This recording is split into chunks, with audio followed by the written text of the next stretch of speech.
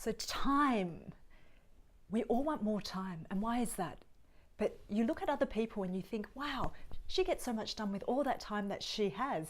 And why is this person dragging their feet? And here's the thing about time, it is finite for all of us. We all have the same amount of time.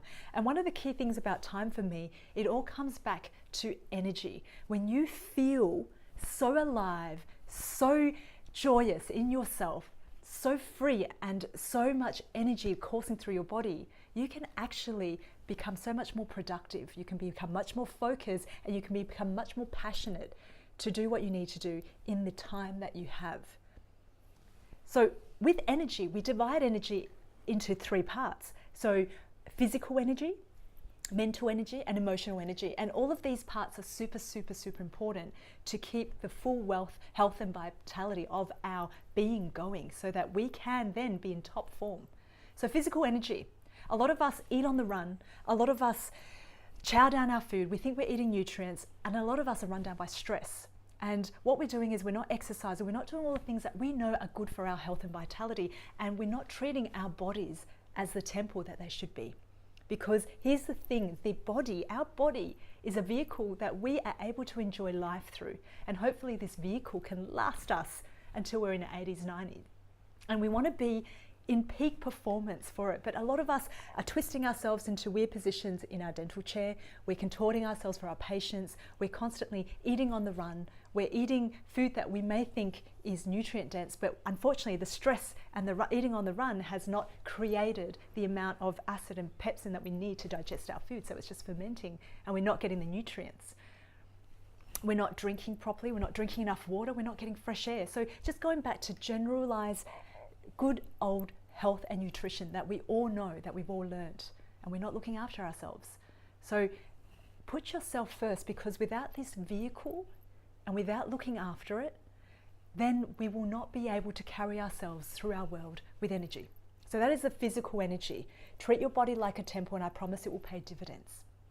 Then number two, we move into mental energy. Now, our mind is giving us repetitive thoughts over and over and over again, anywhere between 60 to 100,000 thoughts per day.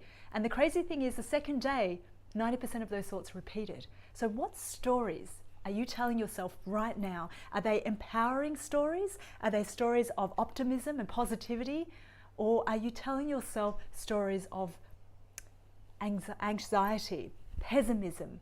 Are you telling yourself stories and making yourself feel anxious? Are you replaying old scenes over and over and over again from the day yesterday? Why did that patient cancel on me?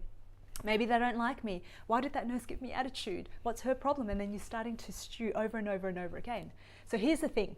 The mind does not know the difference between real and perceived threat. Every time it thinks of something anxious, anytime it thinks of something that makes you angry, it releases stress hormones into your body. So it activates the adrenal glands to release adrenaline and cortisol.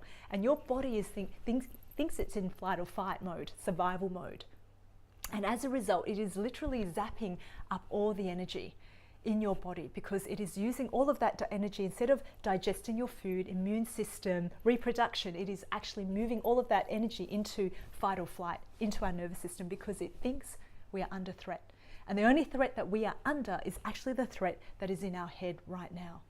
So what questions are you asking yourself? What's wrong with me? Why does this always happen to me? Or are we asking ourselves much more empowering questions? Change your stories and you change your world around you. So that's the mental energy. And then lastly, emotional. So when you feed your brain these emotions, these mental stories, and you run through the emotions, what happens is that physiologically, these stress hormones get released, like anger and frustration and fear. But really, they generally have about 90 seconds before they discharge out of your body if you move your body. But what happens is that we tend to keep going over and over and over and over and keep releasing that. So the story or the emotions never get a chance to leave. And as emotions are actually just blocked energy in your body. And if you move your body and you stop subscribing to the story, it allows it to move on. But if you keep subscribing to the story, then the anger and fear and all of those things just keep moving on. And that, my friend, zaps a tremendous amount of energy.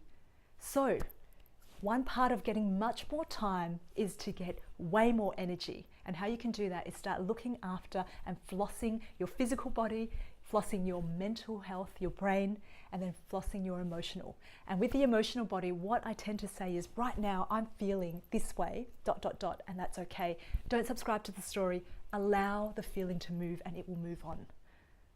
So I hope you've gathered some huge pearls here, and remember, go get some more time for yourself by getting energy.